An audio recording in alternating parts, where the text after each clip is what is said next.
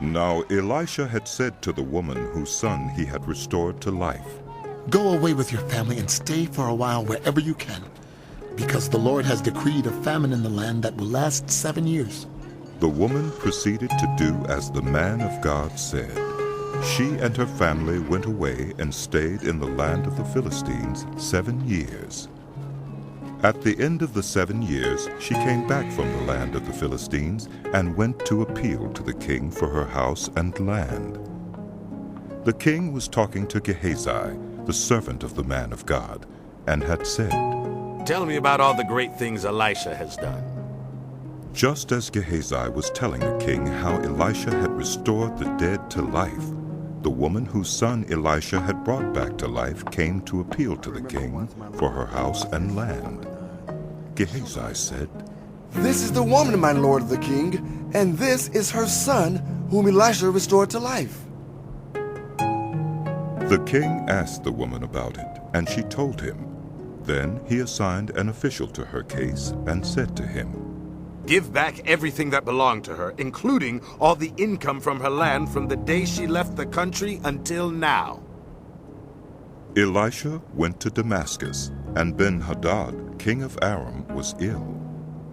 When the king was told, "The man of God has come all the way up here," he said to Hazael, "Take a gift with you and go to meet the man of God.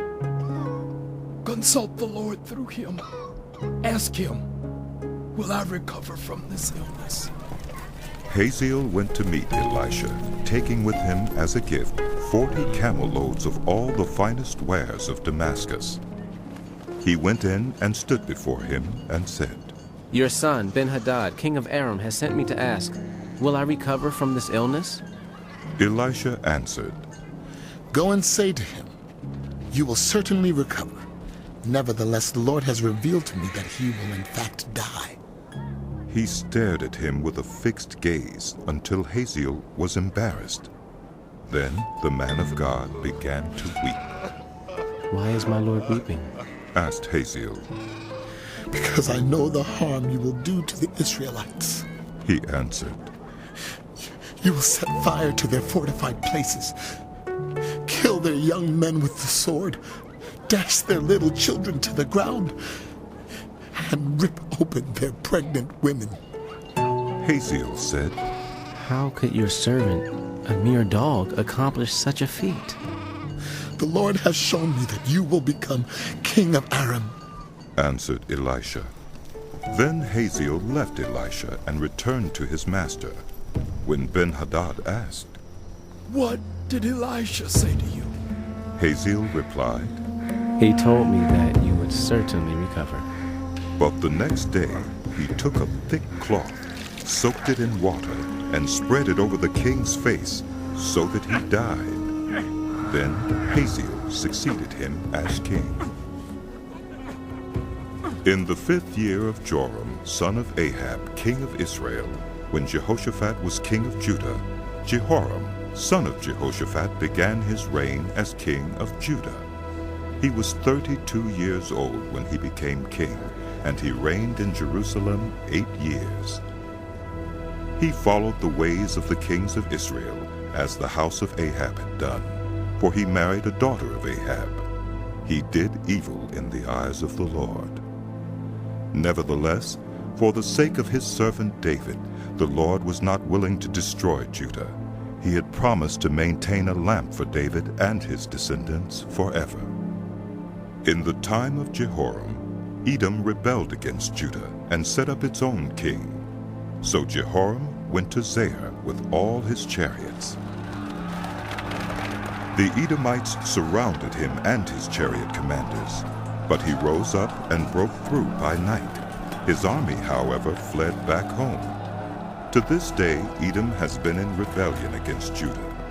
Libnah revolted at the same time. As for the other events of Jehoram's reign and all he did, are they not written in the book of the annals of the kings of Judah? Jehoram rested with his ancestors and was buried with them in the city of David, and Ahaziah his son succeeded him as king. In the 12th year of Joram, son of Ahab, king of Israel, Ahaziah, son of Jehoram, king of Judah, began to reign. Ahaziah was 22 years old when he became king, and he reigned in Jerusalem 1 year. His mother's name was Athaliah, a granddaughter of Omri, king of Israel. He followed the ways of the house of Ahab and did evil in the eyes of the Lord, as the house of Ahab had done, for he was related by marriage to Ahab's family. Ahaziah went with Joram, son of Ahab, to war against Hazael, king of Aram, at Ramoth-Gilead. The Arameans wounded Joram, so King Joram returned to Jezreel to recover from the wounds the Arameans had inflicted on him at Ramoth in his battle with Hazael, king of Aram. Then Ahaziah, son of Jehoram, king of Judah, went down to Jezreel to see Joram, son of Ahab, because he had been wounded.